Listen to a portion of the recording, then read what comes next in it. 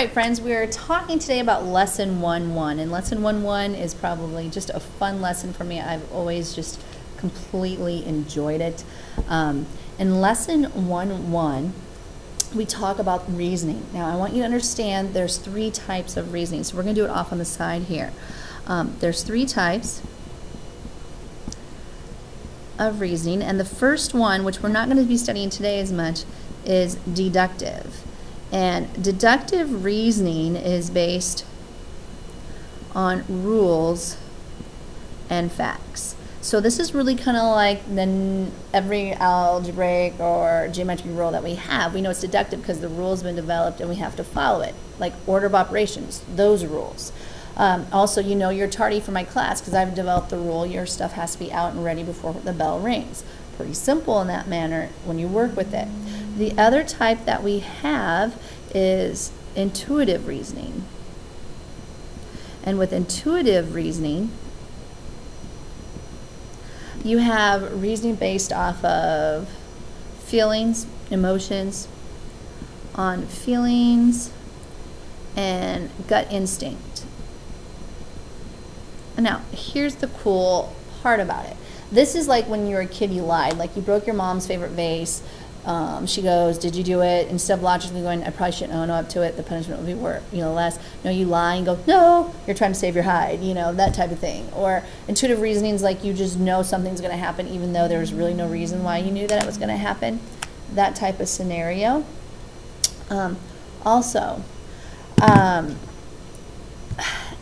Intuitive reasoning is like your mother's instinct. Animals have the instincts, that type of thing. We do mostly in math deductive reasoning, or today what we're doing is inductive reasoning. First of all, I'm looking here at the very first one. Here's using inductive reasoning. It says 1, 3, 5, 7, 9. You guys all know the pattern. The next one's what?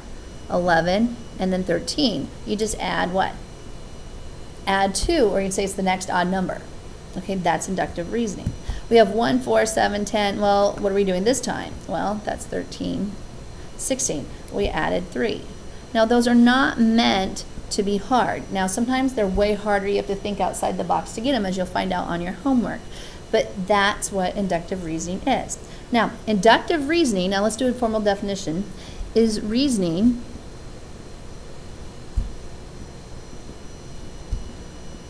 based off observing patterns. So it's all about looking for patterns in the world and making a statement and an observation about them. You all logically do this through many different situations. Like many of you on the first day of school, you walked in and you looked around to see what people were wearing. You looked around to see what people were doing. So you kind of knew what to do, especially if you were a freshman, right? Especially think of your freshman year. You don't know what's going on. You're going to follow what everyone does. You're observing it. I love going to junior, senior, and I love looking to see how you guys all dress up. Well, I like looking to see what's the trend for dresses this year. Like, are they longer? Are they more formal? Are they short? Well, hopefully not too short, that type of stuff. So it's huge. Inductive reasoning is a lot what they use with IQ testing. It's big. So it's a kind of a huge thing. Now, here's what you're going to have to do. You're going to have to finish patterns today. We're going to practice looking at things differently and looking for patterns. The very first one, you can do it with figures like this, with geometric figures. We're going to have left, right, bottom right.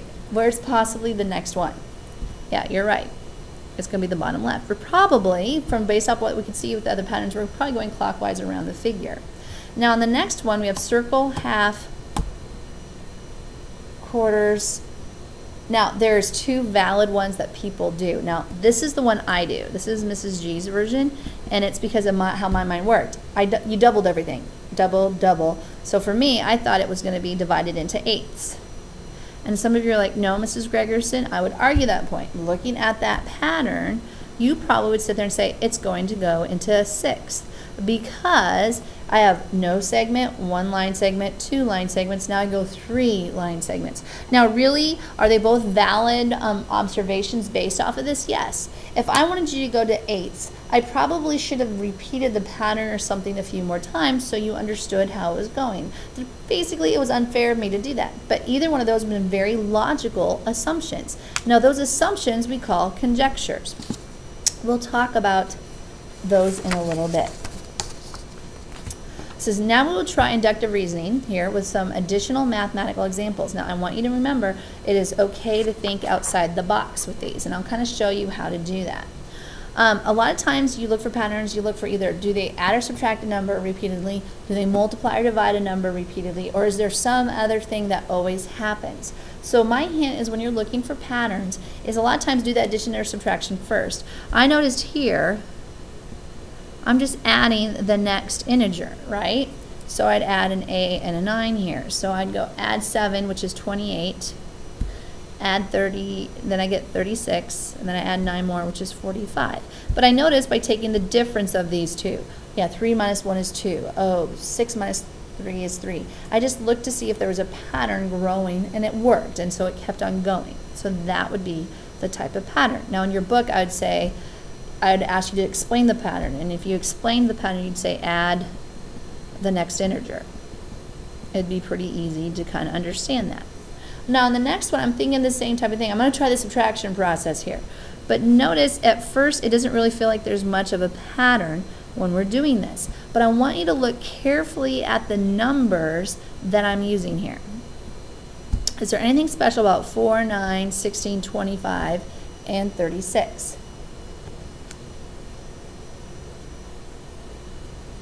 Some of you know there's a word and you can't remember it.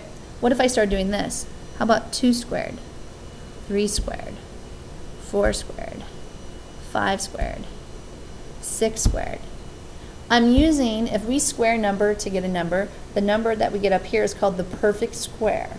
Okay, so it's a perfect square. So really, I'm adding the next perfect square. So to get the next perfect square, which would be right here, I gotta go 7 squared. Here I'd have to use 8 squared. This one I'd use 9 squared. So I'd have 49, 64, and 81. So my new numbers are going to be 141.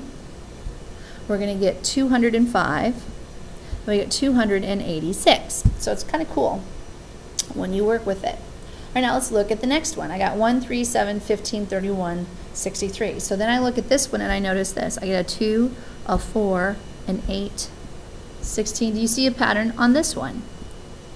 Yeah, on the pattern on this one, I notice that it keeps doubling every single time. It's like your next multiple of 2. Now for me, I think multiples are 2. So I go 2 to the first, 2 squared, 2 cubed, oops, 2 cubed, if I wrote it the right way, 2 to the 4th, 2 to the 5th. Well, you know, or you can just say I doubled it. You know, that's 64, which is 2 to the 6th. You know, the next one is 128. So the next one after that is 256. Well, okay, I can add those on. So I got a 127, I got a 255, and I get my next one, which is going to be a 511. Okay? Now, those conclusions, those guesses that I made to go with the pattern, or the pattern being developed, that is called a conjecture. A conjecture is, and I'm going to tell, I like this definition, a conclusion you reach using inductive reasoning is based on observing. So I look to see if I can observe a pattern. Now let me give you another pattern when you work with this. I want to know the sum of odd numbers. So the first odd number is 1, so I know that number is 1 here. If I go 1 plus 3, I know this one is 4. If I go 1 plus 3 plus 5, I know my answer is 9. If I do the next one, I got 1 plus 3 plus 5 plus 7, I get 16. Now, I want to figure out the first 20, but do I want to really put out the first 20 odd numbers? There has to be a faster way. So I look at the trial number. This is trial number 1. When I talk about one thing, I get 1. If I talk about 2 things, I get 4. Is there any way I have a relationship with the 2 and the 4? Is there any way I have a relationship here for trial 3 with the 3 and the 9? Well, what do we know about those numbers up here? those are perfect squares. So do you agree with me? That would be 1 squared. This would be 2 squared.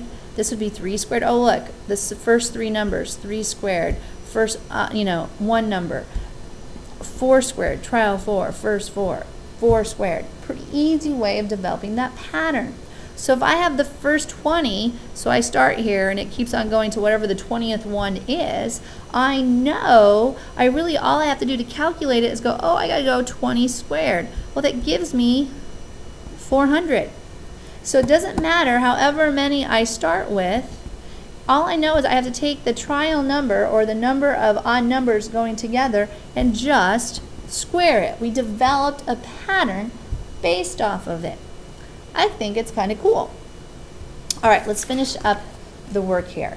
All right, now, here's one thing you need to know about conjectures. Conjectures can be true or false. Now, I'm going to prove it to you with this next example. Let's say you're back in 5th grade and you're working with multiplication and stuff. And this 5th grader started making these. She goes, oh, 5 times 7 is 35. 5 times 3 is 15. 5 times 11 is 55. 5 times 13 is 65. 5 times 9 is 45. And 5 times 25 is 125. And then she tells her teacher, Miss Salzman, I conjecture, or I assume, or I observed, I mean, you could totally see a lot of different words here, that every number multiplied by 5 ends in 5. Now, if you were sitting next to her, what would you tell her? Is that true? You should say, no, that's not so. Or that doesn't always work. Why? Well, you know as well as I do, if I go by an odd number, it ends by what? I mean, an even number, it ends by 0. So, because I can go 5 times, okay, 2 is 10. I can multiply by 5, and it's also going to end in 0, not just 5. So what can I conclude about conjectures? They can be wrong. We hope they're true, but they definitely can be wrong. All right, here's another one. It says, what is one example for which a conjecture is, what can I get? What's an example when a conjecture is incorrect? That's called a counterexample. Okay, lawyers, think lawyers. They do this really well with counter arguments.